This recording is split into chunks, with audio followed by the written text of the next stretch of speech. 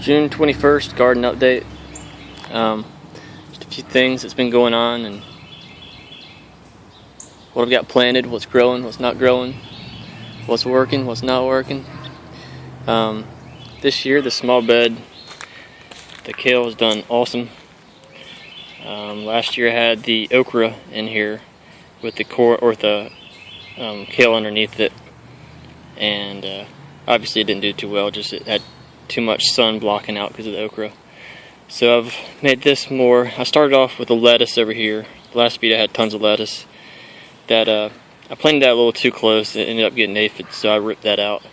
I munched on it for about a month and a half or two, and it was good, but those aphids just were a little too much, so I pulled it all out and got some airflow in there. So next year I think I'll do lettuce again, but I'll really thin it out or do heads of lettuce.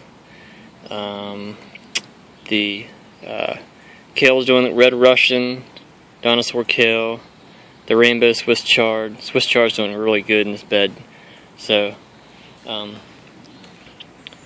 I'll probably keep doing Swiss chard and kale in this bed and lettuce, and maybe do some bean rotations on it next year. But this is a really good bed. The amount of sun that I get, the Swiss chard wants to do well, and so does the kale. So does the basil. This is a pepper plant. I'm not sure what pepper. I got a bunch of different pepper plants, and I can't remember what they are. But they look healthy. They're holding the leaves a lot better this year. I think what I did better this year was I waited till it warmed up a little bit more. Or it warmed up quicker this year. The temperatures were warmer. I think if you get them in the ground too early, that cold just really nips them. So, lesson learned would be to hold off on the pepper plants. Wait until it's hot. Really hot. I transplanted some Swiss chard from the front yard. See if that takes. I planted some seeds here too, so hopefully I'll be able to get a stagger that will last into the fall, maybe in the winter. The kale, like a lot of people realize you get those little spot. There's one right there. Where'd he go? See the butterfly? He's laying eggs right now. It's like a little yellow butterfly with a little spot on his wings. 2 spots, 1 spot on his wing. They'll lay worms and they'll eat it. That's what all the holes are there. So, reading up, I found out you can put this. This is just a brand, but it's actually the active ingredients is Bacillus Thuringiensis. So it's like a bacteria way to fight the worms. It's like a white powder, and I'm assuming it's just got a big old mix of bacteria that affects that worm, and it kills the worm. I think it starves them to death or something like that. Pretty brutal, but as long as it works and it doesn't affect my kale. It's supposed to be an organic method since it is an organism that you're using, but whatever that means. I don't know what organic means really anymore. As long as it's healthy to me, I'll use it. But I have tried to get away from the regular pesticides. I use 7 dust a lot, and I've tried to limit that now. This year I haven't used it at all, so the only thing I've used really is that 7 dust and neem oil, and everything's great. Swiss chard is doing good in the container, and this is even densely spaced. I've got 2 right next to each other, and this collard tree plant towering over it. So let's put some shade off, and they're all doing good. I think I might try to do some Swiss chard only in container plants next year. And I trimmed this off. I just harvested a bunch of stuff this morning, so a lot of the stuff looks smaller than it really is. I've got so much kale and Swiss chard, I don't know what to do with it. Well, I eat it, but luckily my chickens like it too. Mint, it's doing good. It takes a lot of water in the summer. I just hit the tips and use that in different things. Oregano is doing good. Patio Princess started off losing a lot of leaves, but it's looking healthier now. I think I might have been overwatering it. Container plants, it's tough. I'm not too good at the tomato container plants yet. Little kale just popping up, so I'll let it go. Tomato plant popping up.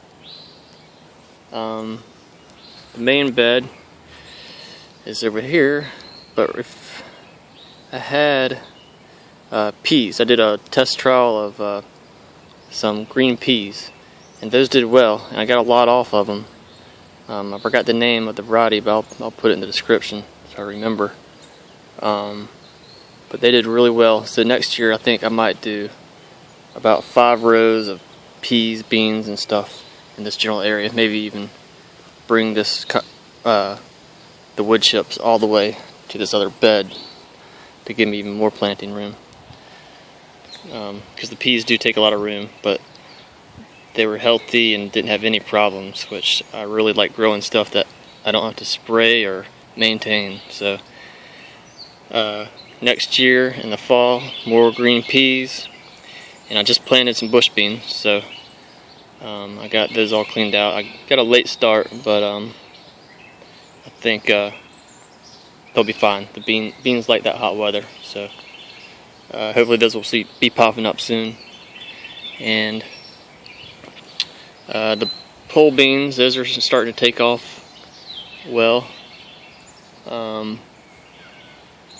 I got those planted a little bit better this year in that trellis, so I think they're going to grow up that trellis a lot better. They're already filling it out nice, so it's got a good amount of sun, so I think I'll get a lot off of that. Just this morning, I cleaned out my amaranth. So I had amaranth all through here, which did really well. I just wanted to get some bush beans in the ground. I got some behind me that I just showed you, and this right here is bush beans. 2 rows of bush beans. I planted them pretty close, so those should start popping up in about a week or 2. So I have plenty of bush beans there, and I did pole beans here, which will finish growing up the trellis. This kaigua is first year I've done it. I just did it on a whim, trying to find a cucumber alternative since I have powdery mildew so bad. But you really don't know until August if this worked or not, because that's when it starts putting off the fruit. It seems to be growing well, but it gets yellow. I haven't figured out why it's getting yellow, if it's from overwatering or overfeeding, underfeeding. I'm not sure yet. I mean, it's got plenty of nutrients in the ground, so if anything, I'm overfeeding it, which is surprising considering that it's a cucumber relative. And from what I understand, cucumbers love a lot of nutrients. The sorrel did awesome, too good. It just got in the way, and you only can use so much sorrel because, you know, I mean, it's a pretty strong, soury plant, which I like, but it's just I don't need that much of it. So next year I'll thin that down. The beets have done really well. I got some pretty big monsters in there. You can't really see them, but they're probably about small baseball size, racquetball size. So that was the first year I did beets in here, and they're doing well, so that's good to know. I'll be able to do that again next year.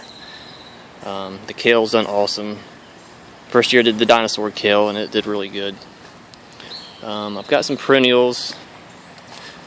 This is arugula. It did well. It's perennial arugula too, so hopefully we'll get a seed, or I'm not sure how that is a perennial. I'm assuming it'll give me seed here soon.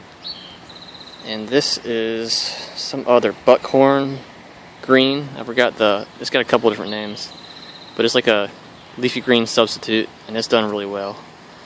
So I think that will get a seed that I'll be able to keep. And actually, I think that both of these, I think, are supposed to do good all the way into the winter. If you have a mild winter, they'll keep growing, so I have to keep an eye on that. I'm starting to get some jalapenos. I don't know what that other pepper plant is. It's looking healthy and putting off a few fruit, so I think it will be. I think it'll put off a decent amount. Basil's starting to flower, so it's about done. Collard green tree there, it looks pitiful, but it's been completely shaded out and crowded, so it hasn't had a chance to really grow.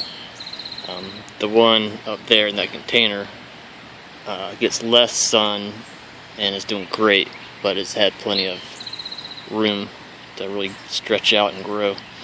So I think I'll do a collard green tree here next year, but just give it a little more room so it can really get more sun. But hell, that container works so well, I might just keep on doing containers. Can't really see it, but in here there's Egyptian spinach, which this is an edible leaf. It likes the hot weather, and well, I can't really say it gave me a bunch. It's just one more edible plant in the garden, and it grew well. So I think what I might do is get that out of the garden, and next year grow me a clump of it or a strip of it, like maybe 2 successional clumps, like one clump, and then a month or 2 later plant another clump. Because you can see it is trying to go to seed, it's flowering, which I'm assuming it might be toward the end of its edible stage, but I don't know, it might stay edible even after it flowers. We'll see. I did a patch of kale there, just threw some seed, and just to see the difference between the growth of a individual and clumps, and both ways work great. The clump is giving me smaller leaves, but it's an easy way to do it without having to thin. I like the individuals though. I mean, in reality, I probably need a quarter of the kale that I planted this year. The tomatoes are doing good. This first year I tried to do a single line on cherry tomatoes, and in hindsight, I think I'm gonna allow those to bush out. I think they just do better when they bush out. Although the tomatoes, they were doing really good, and they're still doing good. They're healthy. I mean, just look at this mother. It's like 4 flowers melded together. It's gonna be a monster. But you can see they did really good down here. The first part of the season they did good, but then you can see they stopped putting fruit off for a ways. And we've had a whole month of 100-degree weather, so I think that's what's going on, is that hot weather is just really making it tough for them to put blooms. But I think I'll have plenty of tomatoes either way. But next year I'm gonna let my cherry tomatoes bush, and like bush out the corner, like have a cherry tomato in the corner, let it bush out, one on the corner, let it bush out, and then have individual indeterminate in the middle.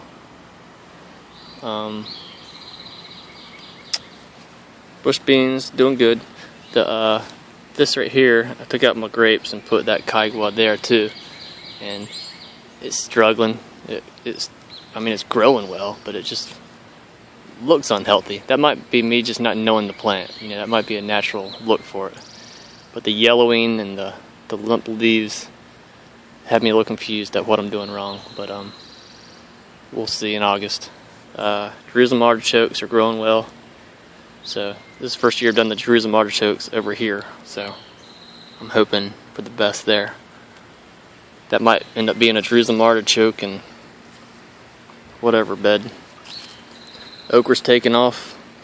That once that 100-degree weather came, it really took off. You know, it's one of the few plants we have that absolutely loves the heat. The heat really likes the beans and the beans and the okra really like the heat. Kale like it too. They don't mind it. Tomatoes, I'm learning that they not so much. They struggle a little bit with the heat. My potato bucket, which I had in the ground, it did well. It grew well. I just got a late start, so I pulled it up just to see what I had. It was right there, just out of curiosity, and I had a